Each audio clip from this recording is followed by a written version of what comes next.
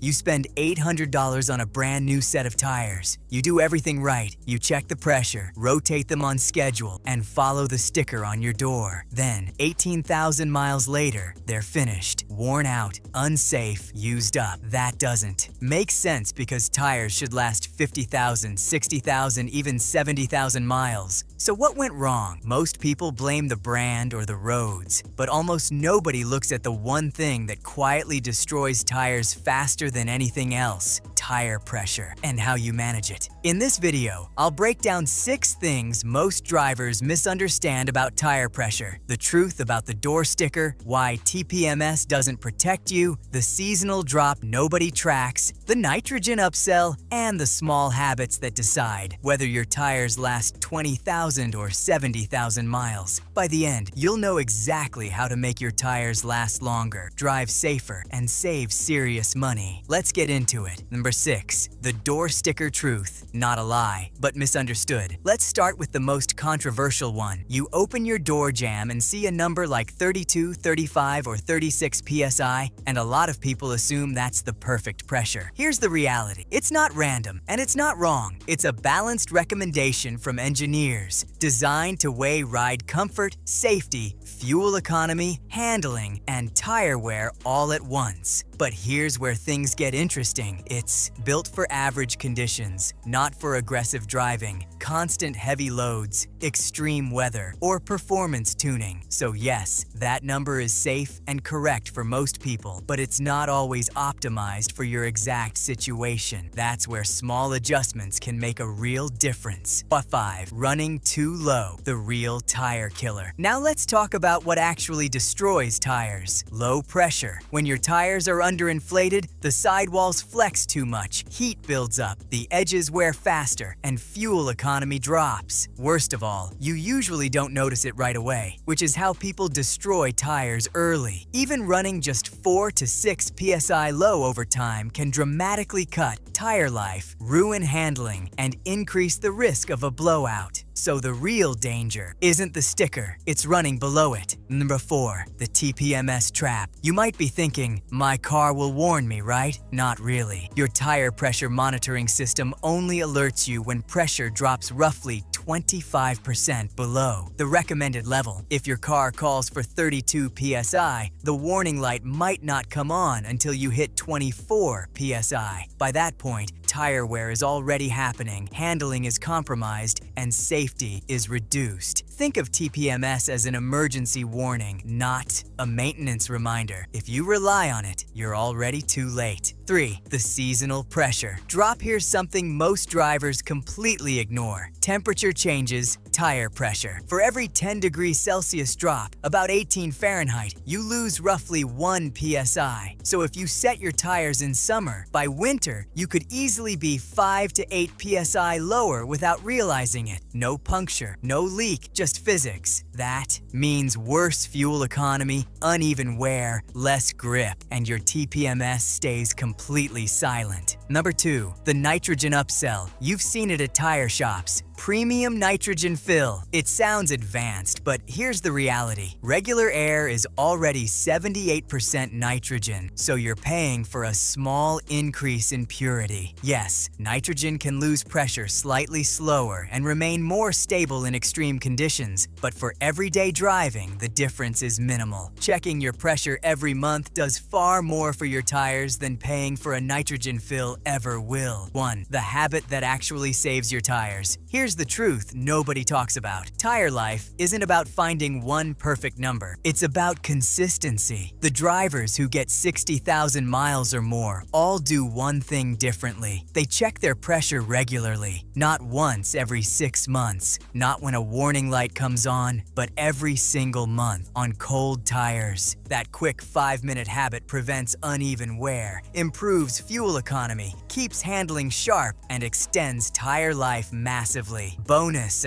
should you adjust above the sticker, instead of blindly following one number, start monitoring how your tires wear. If the edges wear faster, pressure may be too low. If the center wears faster, it could be too high. Small adjustments of a pound or two can fine-tune things beautifully, but jumping straight to the sidewall maximum is not a good idea for daily driving. Here's what most people get wrong. They treat tire pressure as a one-time setup, really an ongoing habit, one that determines how long your tires last, how safe your car feels, and how much money you spend. So, before you buy your next set of tires, before you blame the brand, before you spend another $800, go check your pressure. Sometimes the difference between 20,000 miles and 70,000 miles is just a few PSI and a simple habit most people ignore. If this helped you, hit like and subscribe because the next video might save you even more.